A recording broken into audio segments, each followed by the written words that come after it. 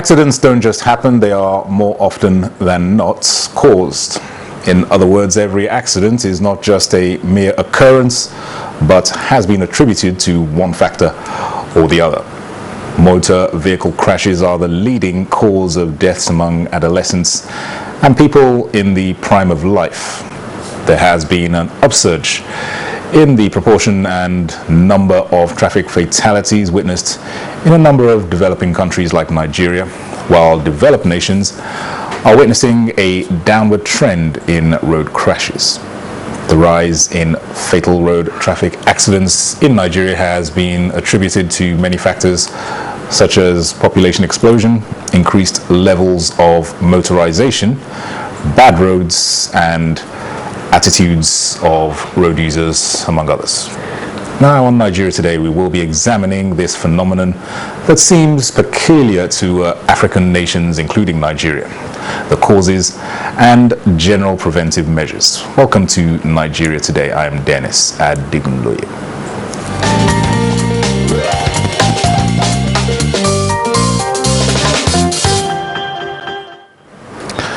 All right, to discuss the issue of frequent road crashes, we have Federal Road Safety Corps Special Marshal, National Coordinator of the FRSC, Dr. Simi Titi Kwabe. You're very welcome to Nigeria Today.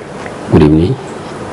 All right, and also joining us in the studio is the Deputy Corps Commander, Charles Edem, and he is the Corps Public Education Officer of the FRSC. You're also welcome to the program. Thank you. Good evening. All right, let me come to you first, Dr. DCC Charles Edem. What, in your view, are the main causes of road accidents in Nigeria? Yeah, thank you for the question. FRSC since inception has done so much in terms of trying to enlighten the public on the causes of road traffic crashes, and so far 3 major factors have been identified, talking about the environment, talking about the vehicle, and of course we talk about the human factor. Personally, I like calling it the driver, the road, and the vehicle. If I have to elaborate more, the driver, by my own judgment, takes about 95% of the blame because he's the one at the center of it all. He's the only one that can reason. The vehicle cannot reason. He's the one that is supposed to identify the bad road and judge, and of course know what action to take. He's the one that is supposed to maintain the vehicle. So that's why I put the blame on the driver. So far, those are the 3 basic factors. All right. Okay, Dr. Sini, let me bring you in now. Just give us your thoughts on how we seem to be witnessing a rising trend of road crashes in the country as compared with, let's say, other nations with a little more, stringent rules on driving habits in their countries. Yeah, the driving habits of our people is just as you earlier said, it's just issue of attitudes. I think the driver can go a long way to prevent it, but because of the way they speed on the road, overtaking other vehicles, dangerous driving, which of course cause a lot of crashes, and because of that the numbers keep on going up. Like if you look at the statistics of 2019, about 11,072 crashes, road traffic crashes occurred in Nigeria, and the death was about 5,403. Though we're trying to see how it could do by reducing such by the effort of the officers and men of the Federal Safety Corps, which include the special marshals, to make sure that we enlighten the members of public, because when I say member of public, everybody that drives is a driver, so that we can be able to curtail such. Our own work is to make sure we achieve the goal of reducing crashes and death on our roads. Absolutely, but when it comes to attitudes, that's something that is quite difficult to change in the average adult. Some have even argued that those who drive recklessly in Nigeria, if they were to go and drive in a saner country, shall we say, they would definitely follow the rules, because there would be consequences that would be followed through. What would you have to say about enforcement, Dr. Simi, with regards to this country and how rules are applied by the relevant agencies? When it comes to enforcement, we really check the issues of the vehicle too. Make sure your vehicles are always in order. Some drive without headlamp, without proper brake, without the signals. And of course, when you do that, we apprehend you. First of all, we believe in enlightenment by giving a ticket to go and change all those things. But next time when we come across you, definitely you have to enforce by impounding a vehicle. Some even overload. And of course, the weather too is not really helping matters. And the tires are really bad most of the times. Instead of to change it, they want to manage it. Particularly the cabo drivers. And when you talk of issue of weather, during the rainfall, that causes a lot of crashes. Environmental factor too has to do with it, because the roads at times are really bad. When you travel across Nigeria, most of the roads are really bad. Though at times, the road could be very good, but it causes crashes. An example, like Abuja. Abuja has one of the best roads. Going to the airport, go to Kubwa. But because people really drive, and driving as if they are racing, it causes a lot of crashes.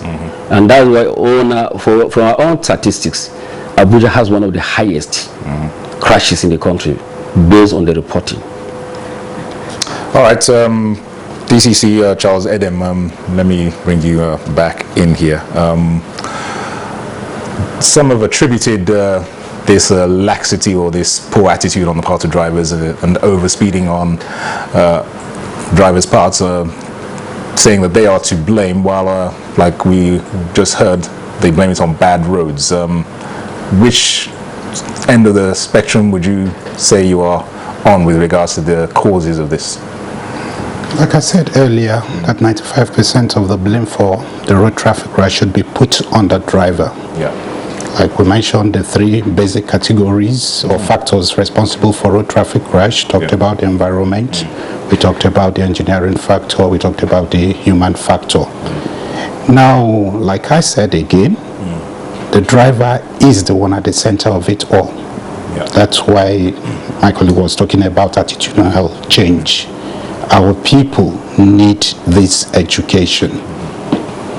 And that's why FRSC, with all its arms, talking about the regular, the special marshal, and of course the road safety club, we are out to ensure that we affect the psychic of the driver. We need to give them the real orientation or reorientation to make them change their attitude. And once that attitude is changed, I think every other thing can fall in place. Sure. And it would seem to me that impatience is really at the heart of this. I mean, I've noticed myself that the unbelievable levels of horning, unnecessary horning on the part of drivers for the most minor things. Why is it that they have that kind of mentality here? That's it. We'll now look at the training. An average Nigerian gets a new vehicle, forgetting that every profession has its own rule of engagement. When it comes to driving, I believe you should first of all get trained and get licensed. In the course of the training, what do we teach you? We work on your psychic, your patience, because it needs a whole lot of maturity. The case in point is, let's take a typical scenario.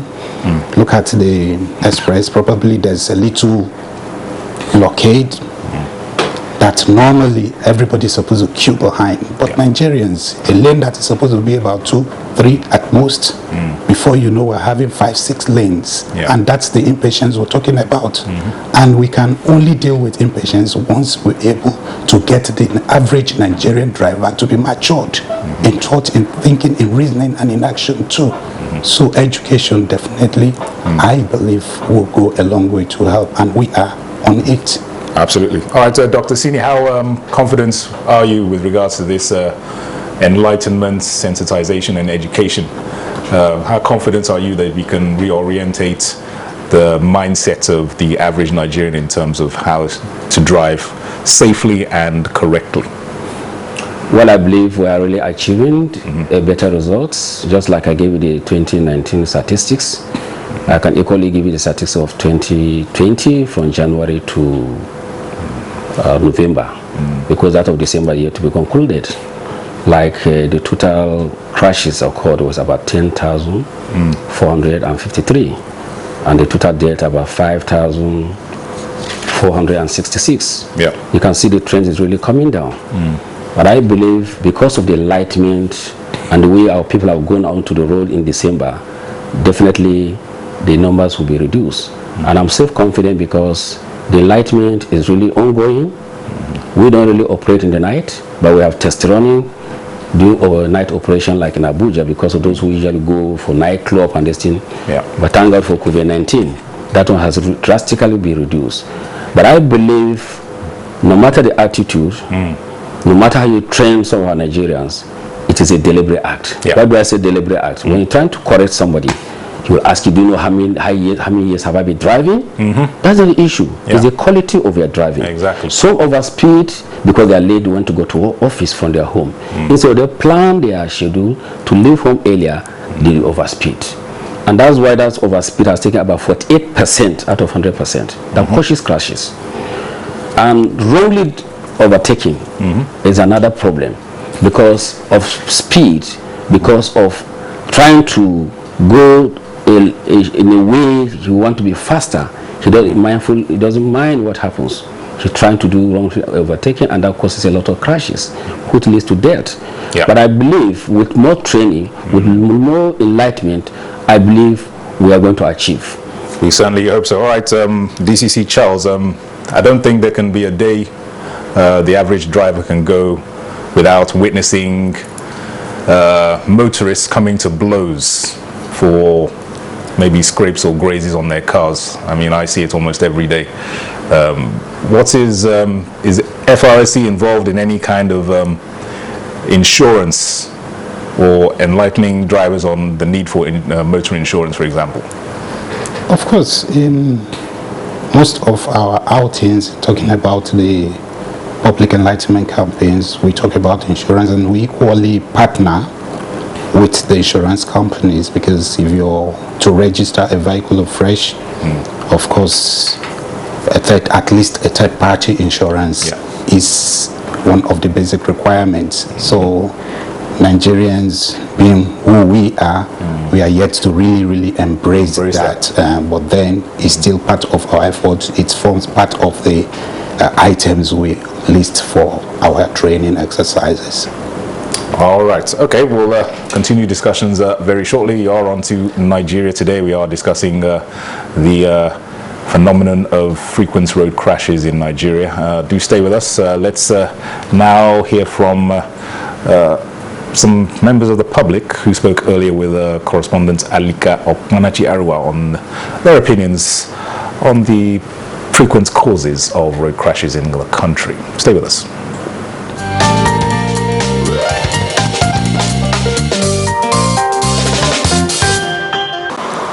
I'm not a road safety officer, but of course I'm a road user. But we know that two things are responsible. Let's take a look at what you're having. The trailers that are always causing mayhem against people's life, carrying all manner of goods. The kind of road they're applying is something else. Though we know that we don't have good roads in Nigeria. Most of our roads are very dilapidated. But most times, the causes are from the drivers.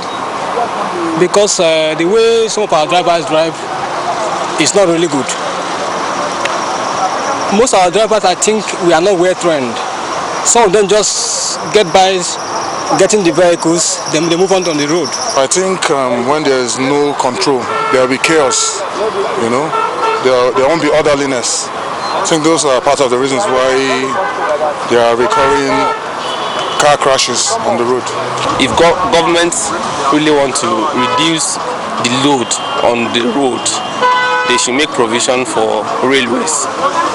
If our railways are are working, you see that the traffic on the main road will reduce and the rate of accident will reduce as well.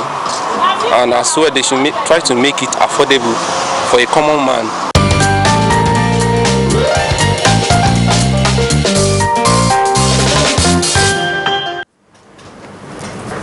All right, you're welcome back to Nigeria Today. We are discussing frequent road accidents in Nigeria. Dr. Simi Titi, National Coordinator, FRC, and Special Marshal, is here with us in the studio, as is Deputy Corps Commander Charles Edem, and he's a Corps Public Education Officer.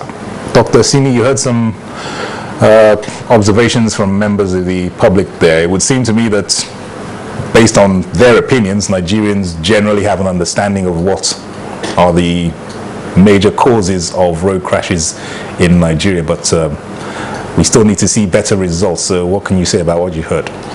Well, I really agree with some of the members of public that commented on that, particularly the issue of tanker explosion, trailer crashes, and this really go as a selfish interest by the owners, because they know the tone of PMS or the oil they're supposed to take, but they overtake. When they import vehicle like that, instead of to follow the actually toll to be taken, they want to double it. Yeah. And because of the heaviness of the distance on the road, and just as one has said, the roads are very depleted. Yeah. So that makes the failure of brakes. And when there's a failure of brakes, of course, that causes a lot of crashes and kill a lot of people. Organization, as the other person has said, of course, we try our best. That's why anywhere you see road safety officers are men. You're trying to see how we organize, how we're trying to flag people to walk gradually, to drive gradually. And of course, orderliness is part of the training. When you are giving every driver training, we need to be very orderly in whatever we are doing. But I believe we'll reach the promised land by trying to do what is right. But the bad road actually causes it. But as I said earlier too, good road still attributes because of our attitude. So no matter how good the road is, we should try to go as slow as possible. I know the speed limit is 100 kilometers per hour, but you have to use your common sense. A common sense speed limit, you can't drive, we say 100 kilometers per hour. But along Kuba Road or airport, you can drive on the highway 100 kilometers per hour. So we have what is called the common sense speed limit. We need to use our common sense and use our attitude. Could go gentle, no need of rushing. Absolutely. It's better to be late than to be late forever. Absolutely. All right, so DCC Charles, give us the situation concerning trailers. I understand they have certain times that they are supposed to be plying the roads, but it seems more often than not they are flouting these regulations. What you can say about their behavior, and what are the punitive measures in place for them? Like we said, we came up with a policy of having them ply only at night, between 10 and 5 a.m. thereabout. But Nigerians, being what they are, definitely they will look for a way around it, want to cut the corners, and this has not helped matters. But we are doing our very best within our resources to ensure that at least they comply to a certain level, if it's not a total 100% that we're looking at. But we're still putting our tact together to ensure that we take these people off the road in the daytime and probably cut the journeys more. Like the other respondent on the street did say, that it's better to look at the other options of maybe the railway to carry most of the loads off the road. And if that is done, of course, the government of the day is doing its best. Before this time, we hardly used to hear of the trains moving here and there, but then I know of the Kaduna, Abuja axis, and of course other lanes that the trains have come into operations.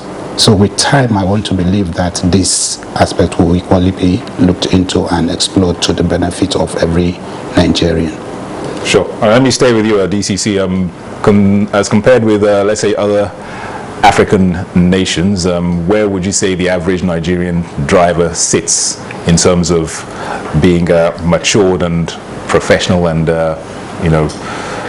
responsible in their driving? I wouldn't even want us to place a comparison between Nigeria and other African countries, because when we look at the crashes, especially within the African region, we see that it's on the high side. It's on the high side, and in Nigeria, it's like every other African on that axis. But when we look at it from the perspective of Nigeria and other developed climes, we see that though we're doing our best, but then there's no basis for comparison per se. Exactly. All right, Dr. Simi, in terms of those who may be found culpable when it comes to driving under influence of drugs or alcohol, where are we in terms of checking that malaise as well? Yeah, that is why we are much engaged in using the alcoholizer. At times, once in a while, we just go to the motor park, and every driver that wants to leave, we have to test them. Once in a while, randomly on the roads, we can stop and check by testing the identity, because taking alcoholic is not the best. Taking any kind of drugs, heroin, original, or the heroin is not the best, because it keeps you off your normal sense. And once you're on the road, you just drive and fly alone. In fact, that causes a lot of crashes and causes a lot of deaths. So we are really sensitizing people when it has to do with training and on-spot checking to encourage them to make sure that people who are found taking alcoholic drugs are apprehended and be brought to books. Sure. And what, in your opinion, are the short and long-term socio-economic consequences of road traffic crashes, many of them sometimes fatal? What is your thoughts on the impact socially and economically? Definitely, it's really caused a lot of problem to us. Even the GOP, it reduces it. And you can imagine a reckless driver will destroy the infrastructure on the roads, destroy the road signs, the poles, and even destroy other vehicles. So definitely, economically, it has a lot of effects. So if we are able to think towards saving our nation to be a greater nation, which I believe Nigeria is a wonderful country. We shall reach the promised land, and we should be better off any time, any day by His grace. It's a matter of bringing our hands on deck so that economically we can be able to drive better than wasting our resources by reckless driving. Absolutely. All right, DCC Charles Edem, let me ask you for your words of advice to the average motorist in terms of joining in this cause, this laudable cause of reducing road traffic crashes to the barest minimum. What would you say to the average Nigerian? First, we have to tell Nigerians that road traffic crash has a very negative impact on us as humans, on our economy. Like if we look at the statistics of those that are killed on a daily basis as a result of road traffic crash, we see that majority of them are those within the workforce. That's the average workforce, between 20-something, 30, 35 years, they're the active workforce. And if it continues like this unchecked, at the end of the day, maybe in 10, 20 years to come, we'll be left with cripples or nobody to do the job, and the country definitely is going to crash. That we know. So having known this, I think it behoves on every Nigerian to wake up. There's a clarion call on every Nigerian to wake up and do the needful when it comes to driving. Driving is a very serious business. I think it's the only profession that takes the 5 sense organs working at the same time. It does not allow room for mistakes. Every other profession could. There could be mistake. Take, for example, a doctor could carry out a surgical operation and probably forget 1 or 2 things. If it's discovered, they could do a correctional operation. There could be a legal battle, and maybe a wrong judgment could be passed. When it's appealed, and it could be redressed. And it goes on and on. But when it comes to driving, when you make that mistake, just 5 seconds mistake or something, if you're fortunate, you'll be the one to tell your story. But if not, some other people will just come up and assume this was it, this was that. So I think Nigerians really, really need to appreciate the fact that road traffic crash is a hydra-headed problem that needs urgent and immediate attention. Absolutely. All right, Deputy Corps Commander Charles Edem, DCC of the Federal Road Safety Corps for Public Education. And many thanks for sharing your thoughts and insights with us on this topic on Nigeria Today. Thank you very much.